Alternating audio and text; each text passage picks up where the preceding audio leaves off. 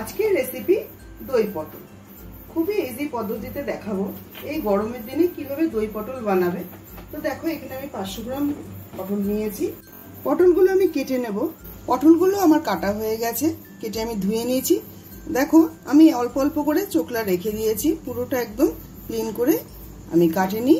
আর কাটার পরে দুদিক করে আমি একটু কাট লাগিয়েছি, এই সাইড দিয়েও কাট লাগিয়েছি যেন তেল মশলা ভালোভাবে ঢোকে। পটলগুলোর মধ্যে অল্প করে আমি নুন মাখিয়ে নেব। একটা কড়াই বসিয়ে কড়াইয়ে পরিমাণ মতন তেল দিয়ে দেব। তেলটা আমি সরষের তেল ব্যবহার করছি। তেলটা গরম হয়ে গেছে, পটলগুলো আমি দিয়ে দেব। দিয়ে লাল লাল করে পটলগুলো ভেজে নেব।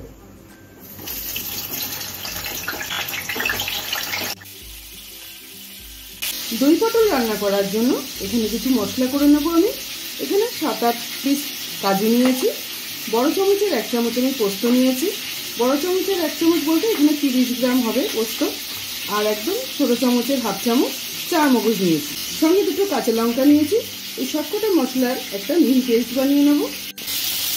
পটলগুলো চারপাশ দিয়ে ঘুরিয়ে ঘুরিয়ে আমি লাল করে ভেজে নিলাম।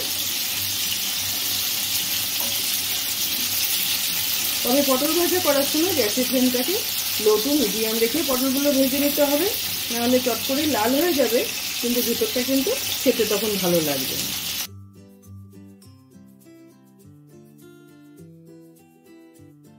কড়াই থেকে পটল ভাজা তেলটা আমি নামিয়ে রাখলাম, কারণ পটল ভাজলে তেলটা একটু কালো হয়ে যায়, ওটা দেখতে ভালো লাগবে না, তাই আমি নামিয়ে রাখলাম।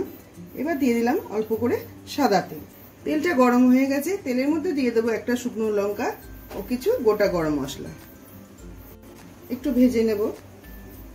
যে মশলাগুলো আমি দেখিয়েছিলাম সেই মশলাগুলো আমি একটা মিহি পেস্ট বানিয়ে নিয়েছি। বেটে রাখা মশলাটা দিয়ে দেব।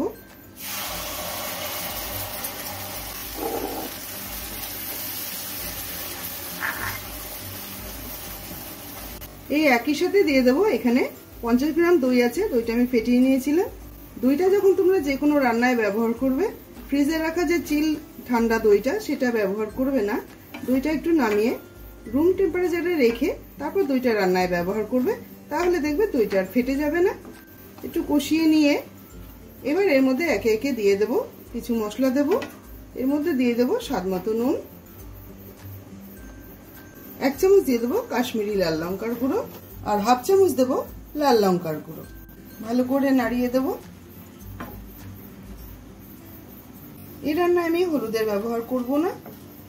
গ্যাসের ফ্লেমটাকে কম করে আমি আস্তে আস্তে করে একটু কষিয়ে নেব, যতক্ষণ না পর্যন্ত মশলা থেকে তেল ছেড়ে আসছে। মশলার থেকে দেখো তেলটা ছাড়তে শুরু করেছে, মশলাটা প্রায় কষানো হয়ে গেছে। এই অবস্থাতে চলে আসলে পরে এর মধ্যে দিয়ে দেবো অল্প করে গরম মশলার গুঁড়ো, অল্প করে চিনি দিয়ে দিলাম।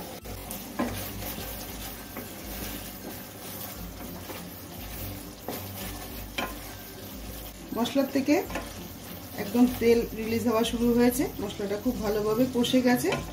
এবার এর মধ্যে অল্প করে আমি জল দিয়ে দেবো। তবে মিক্সি দেওয়া বাটির যে জলটা আছে সেই জলটাই আমি এখানে দিয়ে দিলাম। গ্রেভিটা ফুটে যাওয়া অবধি অপেক্ষা করব। গ্রেভিটা ফুটে গেছে, ভেজে রাখা পটলগুলো দিয়ে দেবো এর মধ্যে।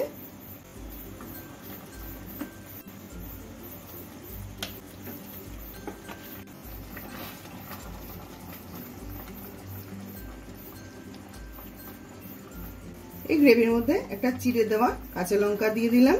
লঙ্কাটা দিয়ে দিলে পরে স্মেলটা খুব ভালো লাগে। একটু গ্যাসের ফ্লেমটাকে কমিয়ে দিয়ে ঢেকে দেবো।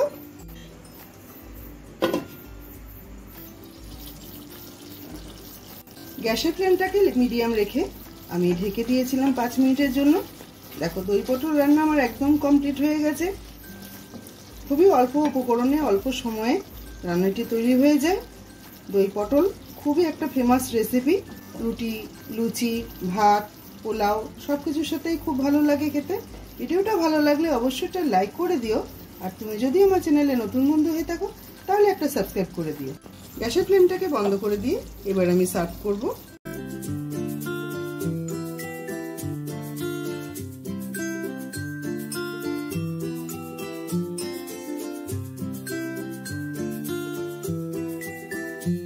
ভিডিওটা ভালো লাগলে একটা লাইক ও একটা সাবস্ক্রাইব করে দিও। তুমি যদি আমার চ্যানেলে নতুন বন্ধু হয়ে থাকো, পুরো ভিডিওটা দেখার জন্য অসংখ্য ধন্যবাদ।